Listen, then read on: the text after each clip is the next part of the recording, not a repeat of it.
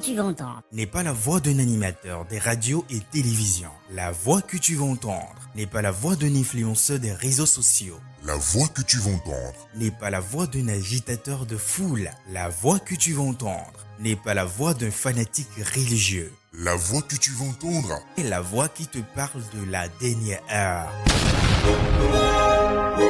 Que tu sois président, ministre, député, juge, savant, chef des armées, chef religieux, riche ou pauvre, quel que soit ton rang et ta classe sociale, tu demeures un humain. C'est pour cette raison que tu dois écouter la voix de la dernière heure.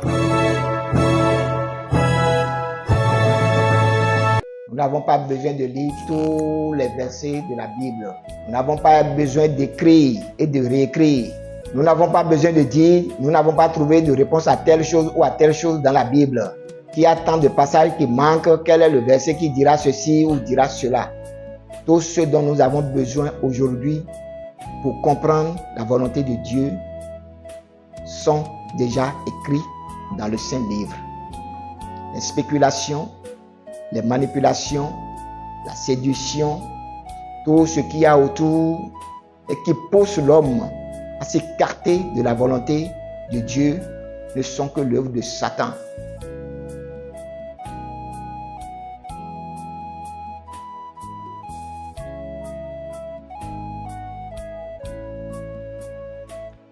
Je proclame la paix sur votre maison. Je suis l'apôtre Jean du Bénin. Je suis sorti de la part du Seigneur pour parler à ceux et celles qui recherchent réellement le paradis et la vie éternelle, mais qui sont trompés par les dirigeants religieux afin qu'ils comprennent la vérité, parce qu'il est écrit dans Osée chapitre 4, verset 6, « Mon peuple périt faute de connaissance. » Que celui qui voudra écouter, écoute, et celui qui ne voudra pas, n'écoute pas. Dans l'émission passée, je vous ai parlé de la Bible et des raisons pour lesquelles elle s'impose à l'humanité, quoi que vous en pensiez, croyiez, disiez et fassiez. Dans cette émission, je vous pose de nouvelles questions à son sujet comme: avez-vous une Bible? Avez-vous lu entièrement la Bible? À quoi sert réellement la Bible? Si je demandais à chaque personne de me répondre, j'aurais une multitude de réponses parce que la Bible est une source de débat et de contradiction depuis des générations. Une chose est de lire entièrement la Bible, et même plusieurs fois, mais une autre est de comprendre son utilité. Tous ceux qui ont manqué ce but sont aujourd'hui dans les contradictions, la confusion et dans les débats sans fin. Et loin de m'avancer sur ce terrain avec vous, je vous prie de lire les recommandations de mon congénère Paul en ces mots. Garde le dépôt en évitant les discours vains et profanes et les disputes de la fausse science dont font profession quelques-uns qui se sont ainsi détournés de la foi. Que la grâce soit avec vous. Aujourd'hui, ceux qui font profession de la fausse science sont les théologiens. La majeure partie des pasteurs et des hommes d'église trimballent leur diplôme avec fierté, se croyant dans la vérité. Allez comprendre ce que dit Proverbe 1, chapitre 7, sur la vraie science. Il est de l'autorité publique que beaucoup de passages bibliques ont fourni des sources fiables aux recherches des scientifiques de tous bords et aux archéologues dans le monde entier. Aussi, beaucoup de personnes utilisent les versets des psaumes bibliques et d'autres passages à des fins magiques. D'autres les utilisent pour répandre des doctrines perverses, etc. Mais, que lisons-nous au sujet de l'utilité réelle de la Bible? Toute écriture est inspirée de Dieu et utile pour enseigner, pour convaincre, pour corriger, pour instruire dans la justice, afin que l'homme de Dieu soit accompli et propre à toute bonne œuvre.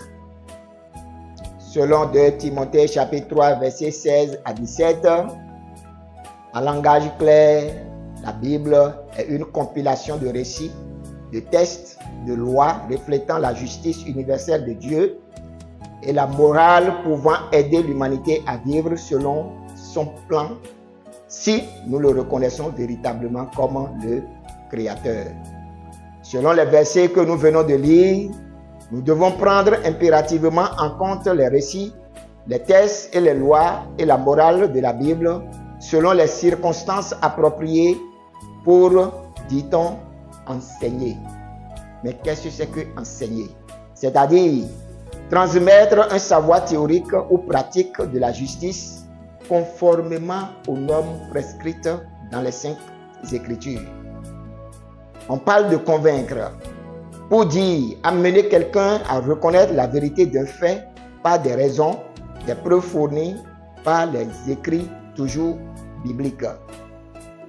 Corriger ou redresser veut dire remettre en ordre ce qui n'est pas conforme aux normes prescrites dans la Bible. Instruire ou éduquer signifie donner une éducation à quelqu'un, l'élever, le former à être juste en se basant sur les normes prescrites toujours dans nos Bibles. Il est bien écrit pour finir, afin que l'homme de Dieu soit accompli et propre à toute bonne œuvre.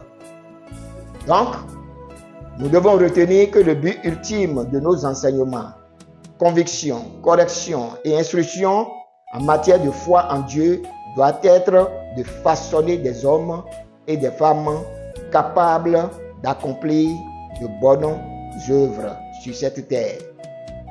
Pour tous ceux qui êtes dans les religions, si c'est le paradis et la vie éternelle que vous cherchez, alors vous devez comprendre et retenir fermement ceci. Dans Éphésiens chapitre 2, verset 10. Car nous sommes son ouvrage, ayant été créés en Jésus-Christ pour de bonnes œuvres que Dieu a préparées d'avance afin que nous les pratiquions. Et vous, serviteurs de Dieu, si vous êtes les véritables, vous ne devez pas oublier les impératifs de la grande commission que nous lisons dans Matthieu chapitre 28, le verset 19 au verset 20. Allez, faites de toutes les nations des disciples, les baptisant au nom du Père, du Fils et du Saint-Esprit, et enseignez-leur à observer tout ce que je vous ai prescrit. Et voici, je suis avec vous tous les jours, jusqu'à la fin du monde. Tout vrai serviteur de Dieu doit enseigner la volonté de Dieu et non la sienne. L'obligation s'impose à nous de nous conformer scrupuleusement au texte.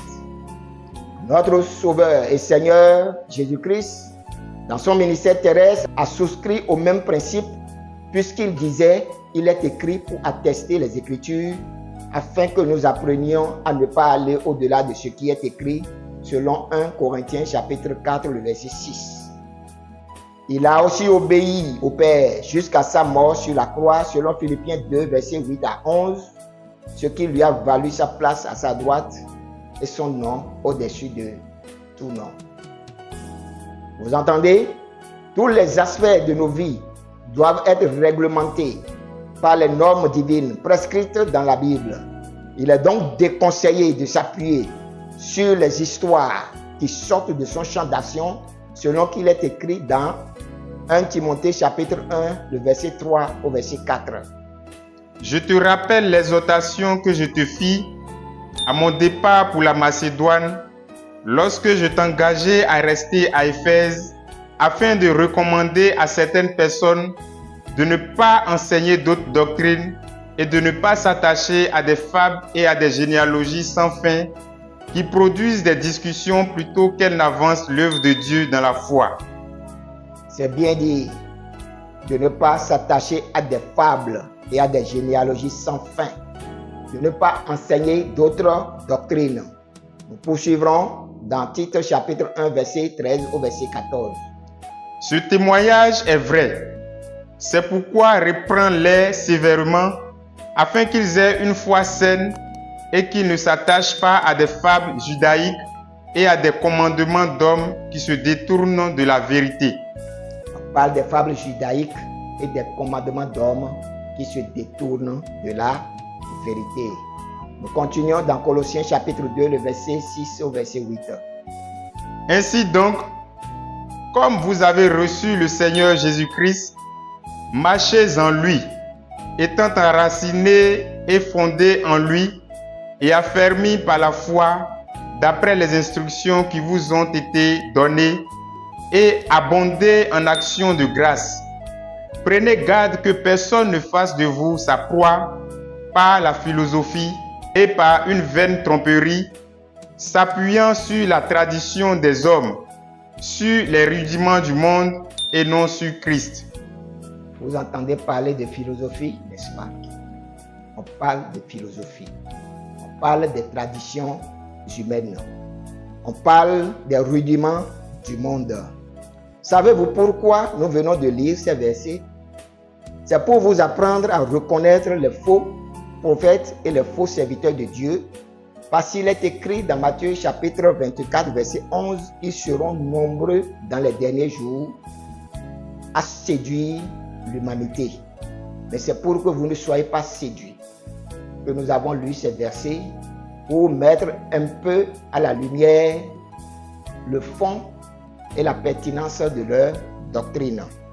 Les prédications et les enseignements des faux prophètes et faux serviteurs de Dieu ne reposent pas uniquement sur les principes bibliques de façon à faire de vous des personnes qui obéissent à la volonté de Dieu. Ce sont eux qui enseignent des doctrines qui ne sont pas conformes aux lois de Dieu. Sous le prétexte de révélation, ils vous feront dire et faire des choses qui ne sont pas clairement établies selon la saine doctrine biblique.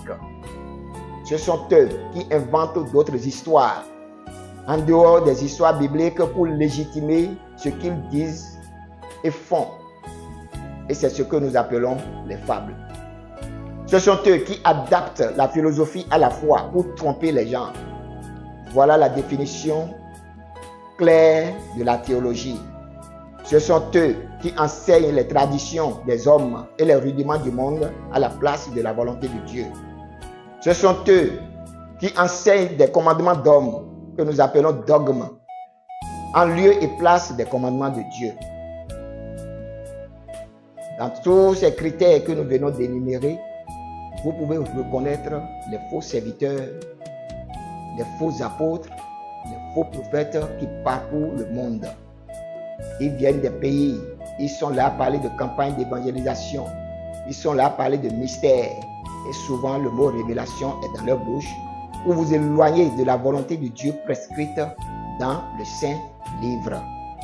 Ces gens, vous devez vous en méfier parce que la parole dit que dans les derniers jours, ils tromperont beaucoup de personnes, ils séduiront beaucoup de personnes, ils vont détruire la foi de beaucoup de personnes, raison pour laquelle vous devez vous en méfier.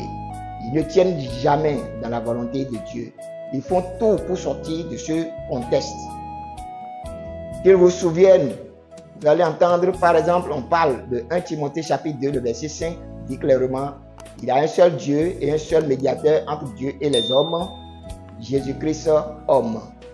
Vous allez entendre dire, on ne peut pas laisser la mère de côté, on ne peut pas rentrer dans une maison et laisser la mère et aller directement voir le fils. Donc il faut nécessairement passer par la mère. C'est-à-dire il faut passer par Marie. Donc cette doctrine, elle est catholique, tout le monde la connaît. Mais c'est une doctrine qui est basée, oui, basée sur les traditions humaines. La Bible nous recommande de fuir de telles doctrines. Ces doctrines qui ne sont pas basées sur la parole de Dieu, qui nous éloignent de la volonté de Dieu. Un seul médiateur, on vous donnera des raisons d'accepter d'autres médiateurs. On parlera des saints qui intercèdent en faveur des vivants. On parlera de Saint Charlemagne, de Saint ceci, de Saint cela, des saints anges, alors qu'on dit réellement qu'il y a un seul médiateur entre Dieu et les hommes. Voilà l'apanage des fausses doctrines qui parcourent actuellement le monde. Vous verrez des prophètes descendre je ne sais d'où. Ils vont faire boire de l'eau de Javel aux gens. Ils leur feront manger des herbes. Ils leur feront faire ceci. Ils leur feront faire cela. Et toutes ces choses n'ont aucune référence biblique. Dans la Sainte Doctrine, c'est bien écrit, tout ce que nous demandons au nom de Jésus suffit et Dieu agit. Mais on passera par de l'huile, on passera par des savons, on passera par ceci, on passera par cela. Et tous ces chemins détournés qu'on emprunte, c'est pour éloigner les gens de la foi, de la vraie foi. C'est pour toutes ces raisons que nous venons de lire ces versets pour vous aider à détecter et à fuir les doctrines qui ne sont pas conformes à la volonté de Dieu. Au 21e siècle, la Bible est à portée de main plus que jamais. Elle est partout et même téléchargeable sur tous vos portables Android. Si vous ne la lisez pas, vous serez responsable de votre propre sort. Vous serez sans excuse au jour du jugement. Vous devez faire comme les disciples de Bérée. Il est écrit à leur sujet dans Actes chapitre 17, verset 11. Ces Juifs avaient des sentiments plus nobles que ceux de Thessalonique. Ils reçurent la parole avec beaucoup d'empressement et ils examinaient chaque jour les Écritures pour voir si ce qu'on leur disait était exact. Vous voyez, ces Juifs ont dit que ces disciples avaient des sentiments nobles. Et avoir les sentiments nobles sous-entend que vous vérifiez à la loupe de la parole de Dieu tout ce que les gens veulent vous enseigner. Vous essayez de comprendre, est-ce que c'est dans le contexte biblique que les gens sont en train de traduire les versets ou vous expliquer les choses? Parce que beaucoup de faux serviteurs de Dieu sortent des contextes bibliques pour donner d'autres sens à ce qu'ils vous disent. Donc, il faut contrôler comme ces chrétiens ou ces disciples de Bérée qui, avec leurs sentiments nobles, essaient de vérifier pour voir si les contextes dans lesquels les gens expliquent ces choses sont conformes aux normes de la vérité, de façon à les pousser à faire réellement la volonté de Dieu pour ne pas s'en éloigner. Donc, nous devons faire comme ceux-là. Quelle que soit la version de la Bible que vous avez, quelles que soient les modifications que les gens auront apportées pour tromper les gens, Dieu s'est tellement répété au sujet de ce qu'il veut et ce qu'il ne veut pas, au point que personne ne pourra passer à côté de sa volonté véritable. N'oubliez jamais que la bénédiction est intrinsèquement liée à l'obéissance à Dieu et que la malédiction est la conséquence de la désobéissance selon Deutéronome chapitre 28. La définition du mot péché est claire dans 1 Jean chapitre 3, le verset 4. Quiconque pêche transgresse la loi et le péché est la transgression de la loi. Vous avez encore le choix de suivre Dieu dans sa souveraine volonté ou suivre Satan et les hommes ou périr dans les temps de feu. La Bible est utile pour connaître la volonté parfaite de Dieu et la pratiquer. Car il est écrit dans Proverbes chapitre 30, le verset 5 à 6. Toute parole de Dieu est éprouvée. Il est un bouclier pour ceux qui cherchent en lui un refuge. N'ajoute rien à ces paroles, de peur qu'ils ne te reprennent et que tu ne sois trouvé menteur. Lisons encore Ecclésiaste chapitre 12, le verset 12 au verset 14. Du reste, mon fils, si instruction de ces choses, on ne finirait pas si l'on voulait faire un grand nombre de livres et beaucoup d'études est une fatigue pour le corps. Écoutons la fin du discours. Crains Dieu et observe ses commandements. C'est là ce que doit faire tout homme. Car Dieu amènera toute œuvre en jugement au sujet de tout ce qui est caché, soit bien, soit mal. Donc, vous entendez la conclusion du sage. Ecclésiaste est un sage. Nous n'avons pas besoin de lire tous les versets de la Bible. Nous n'avons pas besoin d'écrire et de réécrire. Nous n'avons pas besoin de dire, nous n'avons pas trouvé de réponse à telle chose ou à telle chose dans la Bible. Qu'il y a tant de passages qui manquent, quel est le verset qui dira ceci ou dira cela. Tout ce dont nous avons besoin aujourd'hui pour comprendre la volonté de Dieu sont déjà écrits dans le Saint-Livre. Les spéculations, les manipulations, la séduction, tout ce qu'il y a autour et qui pousse l'homme à s'écarter de la volonté de Dieu ne sont que l'œuvre de Satan. Et ceux qui sont les ouvriers de telle basse besogne sont dans le camp de Satan. Tout ce que Dieu voudra que nous comprenions pour le servir, nous les avons déjà dans notre Bible. L'essentiel est d'être des personnes bien, pratiquant de bonnes œuvres. Donc, en conclusion, il est clair que tout ce que nous voulons expliquer aux gens, tout ce que nous voulons enseigner, le but recherché doit être de faire de ces personnes des gens capables d'accomplir de bonnes œuvres, de vivre l'amour pour lequel Christ nous a appelés et de faire paraître dans nos habitudes, dans nos propos, dans tout ce que nous faisons, les valeurs que Dieu veut réellement que nous vulgarisions sur cette terre. En dehors de cela, tout ce qui peut être dit, tous les tapages religieux ne mèneront personne dans le paradis de Dieu. Jésus a bien dit dans Matthieu chapitre 7, verset 21 au verset 23, « Tous ceux qui me disent « Seigneur, Seigneur » n'entreront pas tous dans le royaume de mon Père, mais c'est celui-là seul qui fait la volonté de mon Père qui est dans les cieux. » Faire la volonté du pape ne vous amènera pas dans le ciel. Faire la volonté des imams, faire la volonté des prêtres, faire la volonté des pasteurs, des prophètes, des apôtres, dont les doctrines ne sont pas conformes à la Bible, ne vous mèneront pas dans le paradis. Vous devez tout faire pour vous cramponner à ce qui est écrit. Vous devez tout faire pour vous enraciner dans la saine doctrine afin de mener une vie qui soit conforme à la piété, à la justice, à une morale sainte qui puisse proclamer le règne de Dieu sur cette terre comme dans les cieux.